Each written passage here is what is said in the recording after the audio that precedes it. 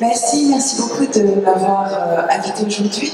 Donc effectivement, la question des migrants et des réfugiés est un sujet sur lequel Amnesty travaille depuis des années et qui s'est amplifié, voire accéléré, notamment depuis 2013-2014. Et d'ailleurs, nous avons lancé une campagne mondiale en septembre sur l'accueil des réfugiés.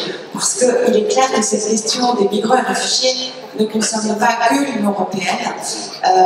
Et pour mémoire, les plus de 20 millions de réfugiés aujourd'hui dans le monde, si on ne prend que, eh bien, il y en a, sont pour 80% plutôt dans les pays qui entourent les zones soit de conflit, soit les zones où il y a des problèmes.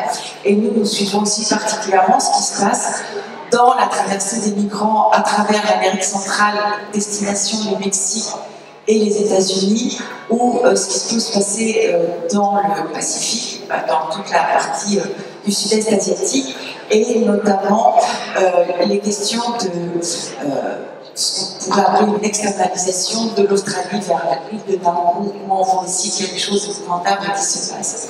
Pour revenir plus particulièrement à l'Union européenne et à la France, clairement, pendant des années, le nombre de réfugiés, parce que moi je suis plus les questions de réfugiés, le nombre de réfugiés est à peu près stable, puisque une grande partie d'entre eux quittaient un moment dans le conflit puis retournaient dans le pays une fois que la situation a eu lieu. Or, ce que l'on peut constater, et c'était le bilan de notre rapport annuel pour l'année 2015, c'est que finalement les crises, les conflits eh bien, perdurent. Et c'est la situation en Syrie, mais aussi au Soudan, en Irak, ce qui se passe aujourd'hui au Yémen en sont des bons exemples. Des tristes exemples, je dirais plutôt, où on voit que eh bien, les personnes restent de plus en plus dans les camps, dans des conditions de plus en plus précaires, parce qu'au-delà du fait qu'ils ne peuvent pas organiser leur vie, on voit aussi comment les fonds au niveau des Nations Unies qui sont attribués par les pays donateurs diminuent considérablement, et parfois, par rapport aux demandes sur une telle situation, on va arriver à 10-15% de couverture, ce qui fait que les gens sont dans un grand dénuement. Alors, ce qui a profondément marqué cette année au niveau de l'Union européenne, bien sûr, c'est le fameux accord. C'est pas vraiment un accord parce qu'il n'a pas vraiment de valeur juridique, mais en tout cas, c'est ce qui s'est négocié entre l'Union européenne et la Turquie. Cet accord que nous avons appelé un accord de la honte, puisque l'Union européenne a décidé de financer, contre-finance, de laisser à la Turquie la responsabilité de bloquer la frontière entre la Turquie et la Grèce pour qu'il n'y ait plus le passage des réfugiés comme nous l'avons vu l'année dernière. Pour mémoire, il y a plus d'1 million de personnes qui sont passées vers l'Union européenne, que ce soit à travers la Grèce ou par la Libye et remontant vers l'Italie, avec de très très nombreux morts, 3700. En tout cas qui sont identifiés. Et cet accord prévoit que notamment que les réfugiés, notamment les Syriens qui arriveraient en Grèce, bien contre un réfugié renvoyé, ou un demandeur d'asile arrivé en Grèce, renvoyé vers la Turquie, eh bien il y aurait un autre qui viendrait en échange, c'est-à-dire qu'on a véritablement parlé de marchandage.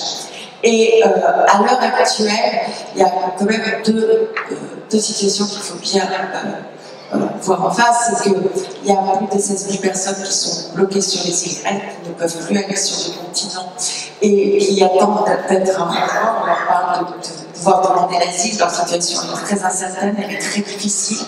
Je tiens quand même à souligner l'accueil qui a été fait notamment par exemple à Lesbos de la population pour aider ces personnes. Et il y a eu vraiment des comportements admirables.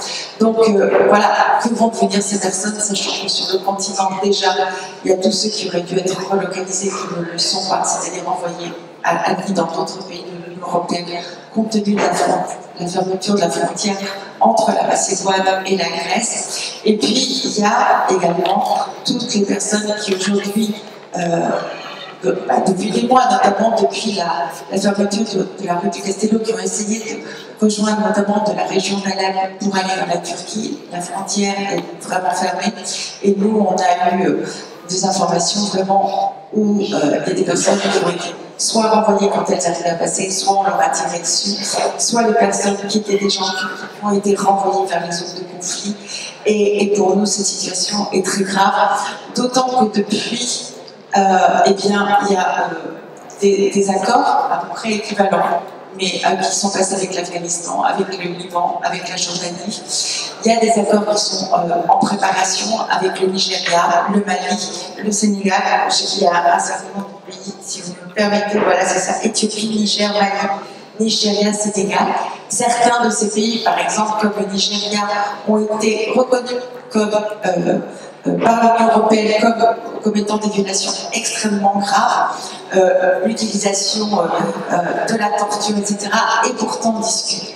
Et si ces accords sont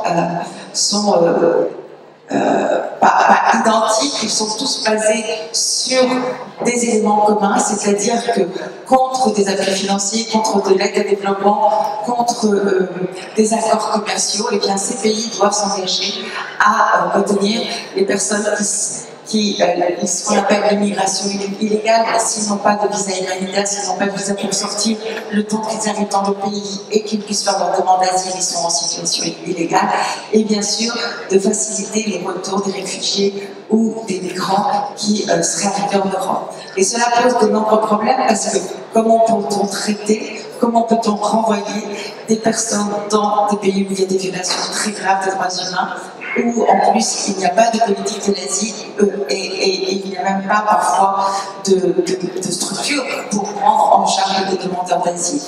Et on voit à quel point cette situation est dramatique parce que finalement c'est vrai que toute cette politique qui a été mise en place et qui a permis avec des termes et une rhétorique qui à chaque fois est épouvantable parce que ça nous fait penser, ça fait référence à chaque fois à la notion de flux, d'assèchement, de robinet, etc., qui permettent de déshumaniser ces personnes. Au lieu de parler d'elles, on parle de chiffres, de statistiques, d'appels d'air, etc. Eh bien, cette politique qui est contraire à la politique européenne, contraire aux conventions, contraire aux engagements de chacun des États de l'Union européenne, puisque c'est se décharger de sa responsabilité vis-à-vis de l'obligation d'apporter un refuge et une aide à des personnes qui sont en situation de vie menacée, eh bien, est justifié par, au niveau politique, par le fait que c'est les populations européennes qui demanderaient le rejet de ce réfugié, qui demanderaient à ce qu'il n'y ait pas plus de réfugiés qui arrivent en Europe. Et là, on rentre dans une question qui est à chaque fois au cœur. Est-ce que ce sont les citoyens européens qui demandent le rejet des réfugiés, ou est-ce que ce sont les politiques, les médias, qui sont à l'origine justement de ce changement d'attitude au niveau des populations européennes? Et c'est très facile de jouer sur les sondages. On a vu qu'il y a eu des situations, par exemple, quand il y a eu le naufrage très important de centaines de personnes à Lampedusa en octobre 2013, qu'il y a eu un grand élan de solidarité au niveau européen. À ce moment-là, si on avait fait des sondages, on aurait vu que l'acceptation, surtout si on avait demandé aux personnes « Est-ce que vous êtes d'accord pour que les réfugiés meurent en mer ?» Je pense que les sondages auraient montré que les gens n'étaient pas d'accord. Mais c'est pareil quand il y a eu la question du petit Elan sur les côtes turques. À de multiples reprises, on voit qu'il y a eu des grandes mobilisations. Par contre, quand vous faites un sondage, par exemple, quand il y a eu toutes ces informations sur et tout ce buzz sur ce qui s'est passé à Cologne l'année dernière, effectivement, là, les sondages vont vous donner des taux très forts de rejet des migrants. Et on le voit également avec cet amalgame qui est fait avec les réfugiés, justement, de violences sexuelles, avec le risque terroriste, avec, voilà, il y a toute une utilisation qui est faite pour rejeter les réfugiés. Néanmoins, nous, en mai de cette année, nous avons mené une enquête, et c'est sur 27 pays à travers le monde. Et ce que l'on constate, c'est que si je prends les chiffres pour la France, eh bien, c'était, je lis pour être sûr de pas, voilà, c'était, il ressortait que 82% des Français étaient favorables à l'accueil des réfugiés. 70% étaient, eux, estimés que les personnes qui fuyaient la guerre ou des situations où ils étaient menacés, eh bien, devaient pouvoir trouver un accueil et un refuge, que 63% que la France devait faire plus, et 9% étaient prêts à les accueillir chez eux. On peut dire 9%, c'était pas beaucoup, mais c'est déjà pratiquement un Français sur 10, en tout cas une personne sur 10 vivant en France. Et ce constat, nous le faisons aussi quand nous voyons que malgré tous les discours qu'il peut y avoir,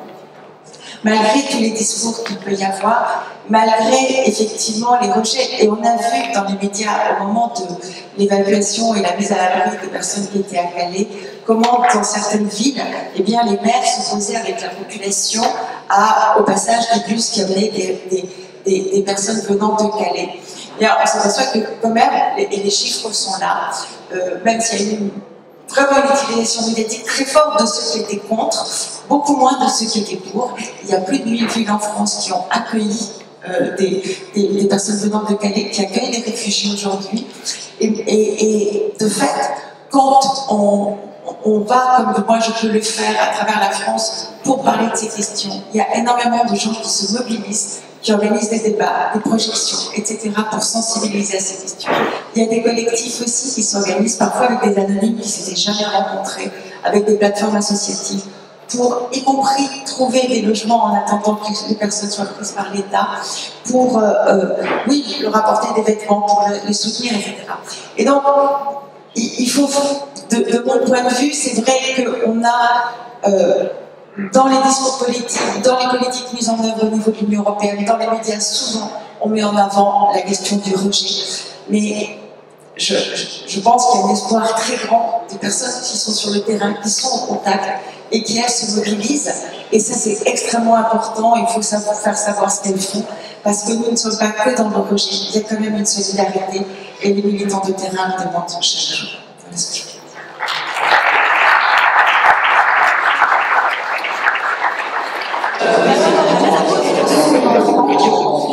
Vraiment,